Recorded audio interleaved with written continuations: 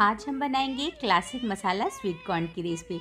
इसे बनाना बहुत ही ज़्यादा आसान है। आजकल मार्केट में बहुत ही अच्छे स्वीट कॉर्न मिल रहे हैं, तो आप फ्रोजन स्वीट कॉर्न से बनाने के बजाय आप फ्रेश स्वीट कॉर्न से बनाएं। इसे बनाने के लिए हमने यहाँ पर पानी बॉईल किया, फिर हमने इसमें कॉर्न के दानों को डाला और इसे अच्छे से बॉईल कर लिया। बॉईल करने के बाद हम इसे छान लेंगे और ठंडे पानी से तुरंत वॉश कर लेंगे। मैं हर बार स्वीट कॉर्न को पहले से ही स्टोर करके रख लेती हूँ और पूरे साल एंजॉय करती हूँ। तो एक बोल में हम लेंगे butter, sweet corn, chaat masala, red chilli powder, काला नमक, ब्लैक पेपर और नींबू का जूस। इसे अच्छे से मिक्स करेंगे और ये लीजिए गर्मा गर्म बटर मसाला स्वीट कॉर्न बन करके तैयार है। इसे बनाइए and let me know how you like it.